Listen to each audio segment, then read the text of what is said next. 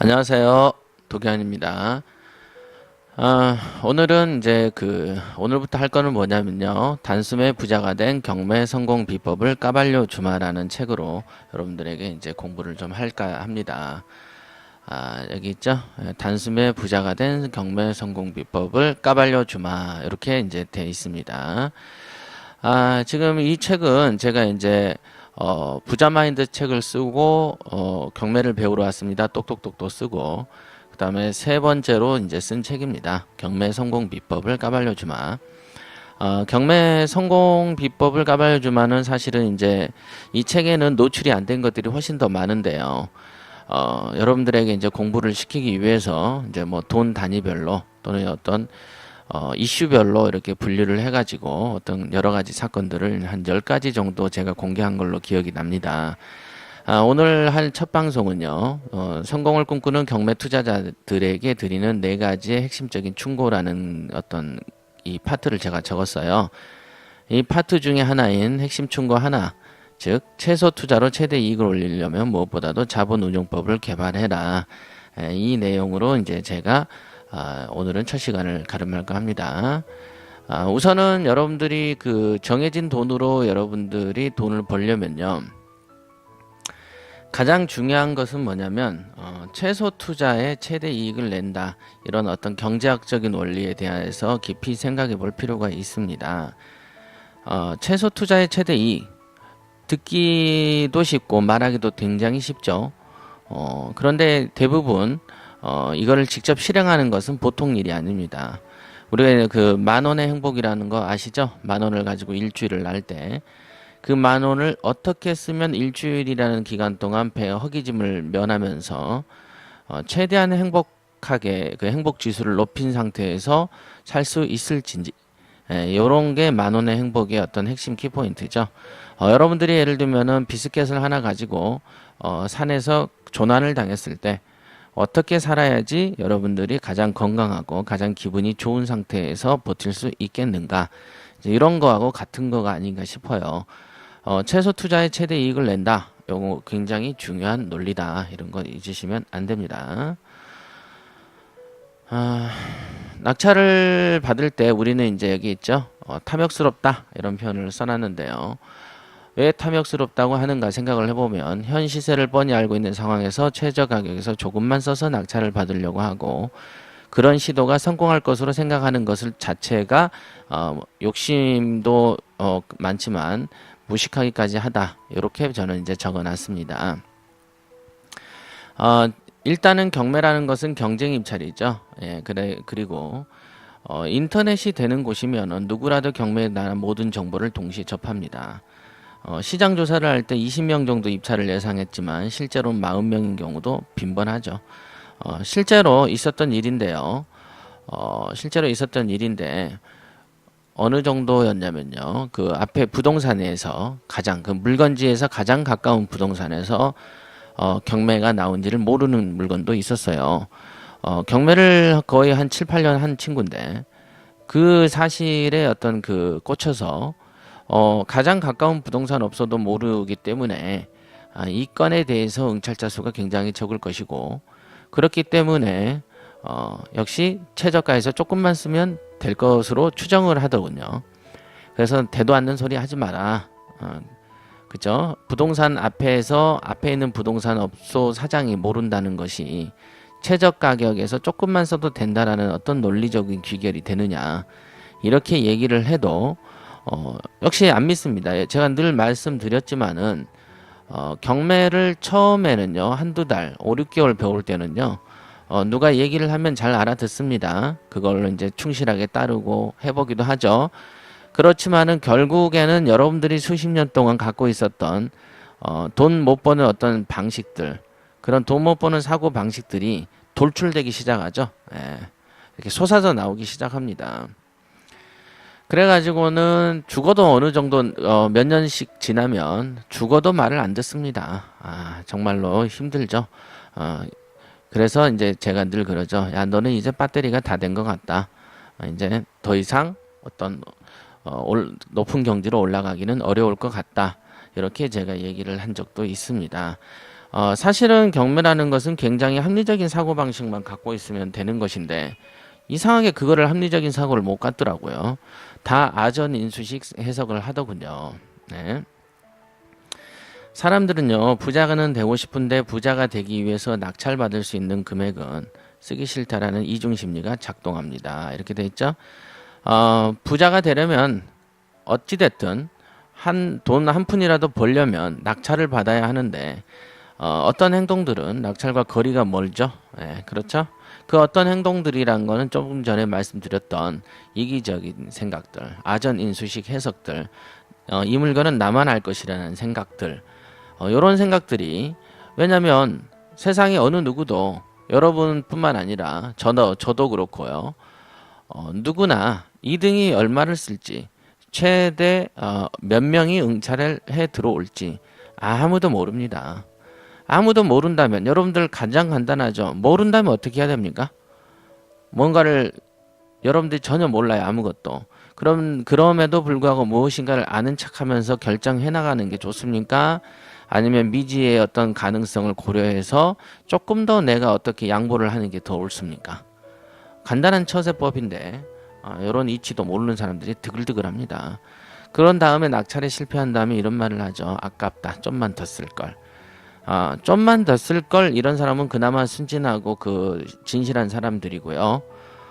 좀만 더 쓸걸은 속으로만 생각을 하고 겉으로는 나는 최선을 다했어 이러면서 막 버티는 사람들이 있어요. 그런 고집쟁이들은 더더군다나 부자되기 틀렸다고 보시면 됩니다.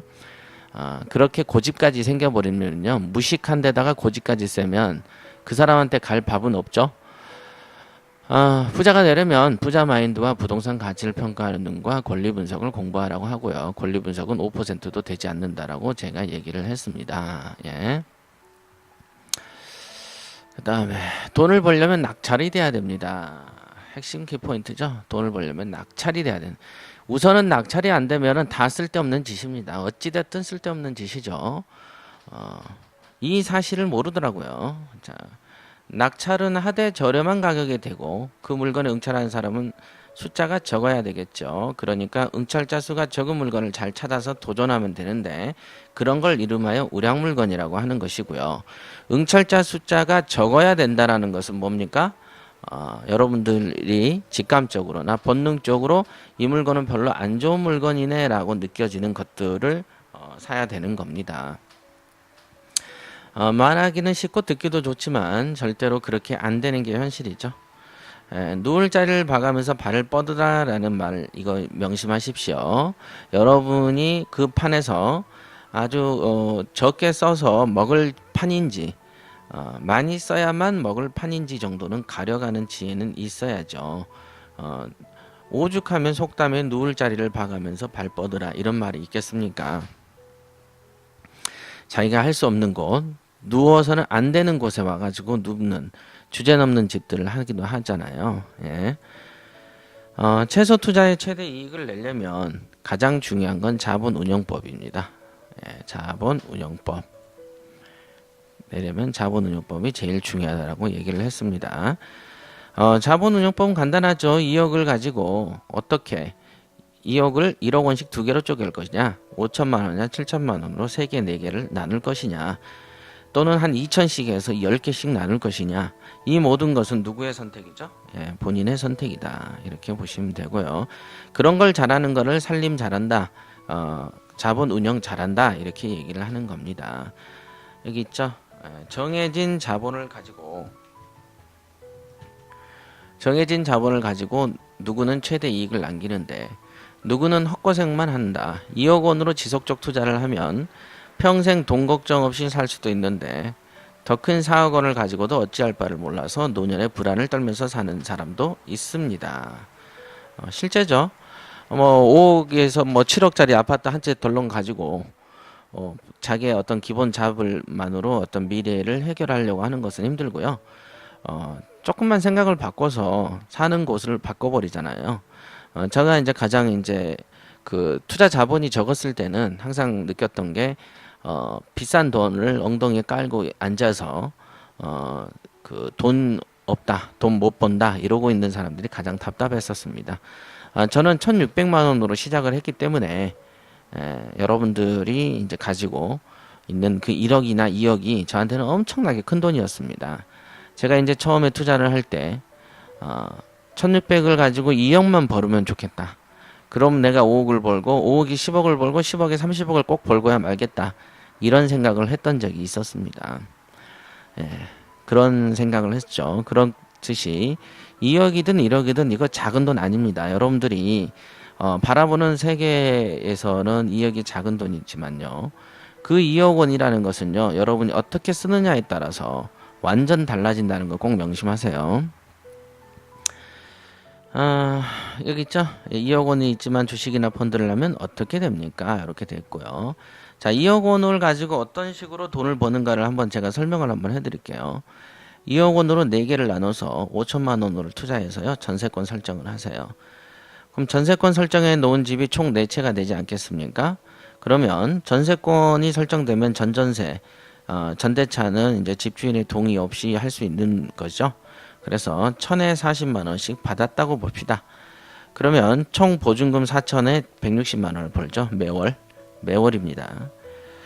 그러다가 이 4천만 원으로 다시 전세 4천을 드리고 1000에 30자를 드리면 투자 원금은 1억 9천이 되고요.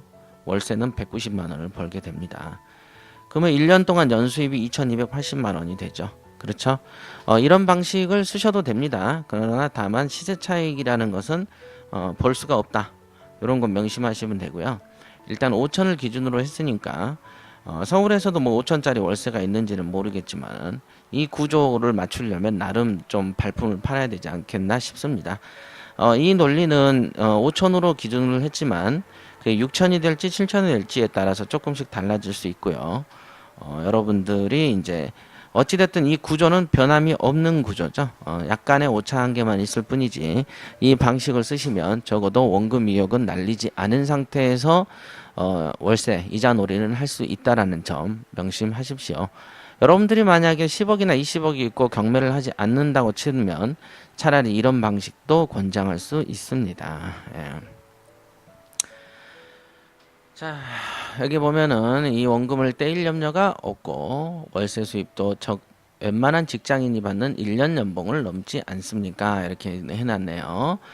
2억 원을 가지고 이런 어떤 효과를 보려면요. 역시나 자본 운용법이 굉장히 중요하다는 거. 최소 투자로 최대 이익을 보려면 가장 중요한 건 자본 운용을 어떻게 하느냐입니다. 여러분이 들고 있는 돈의 규모에 상관없이 어떻게 운용할 것인지 고민하시기 바랍니다. 고민할 때 잊지 말아야 될 것은요. 부동산의 개수를 최대한 늘려나가는 데 있다. 이 포인트를 집중하다 보면 자연스럽게 터득할 수 있습니다. 맞습니다. 여러분들이 예를 들면 그 먹을 식량이 풍부하고 한 100명 정도 먹을 수 있는 식량을 갖고 있다라고 봤을 때 그걸로 10명이서 나눠 먹으라 그러는 거는 개나 기동이나 할 수 있는 일이지만은 한 명이 먹을 수 있는 양을 10명이서 나눠 먹으라 그러면 보통 머리를 써야 되는 게 아니지 않습니까?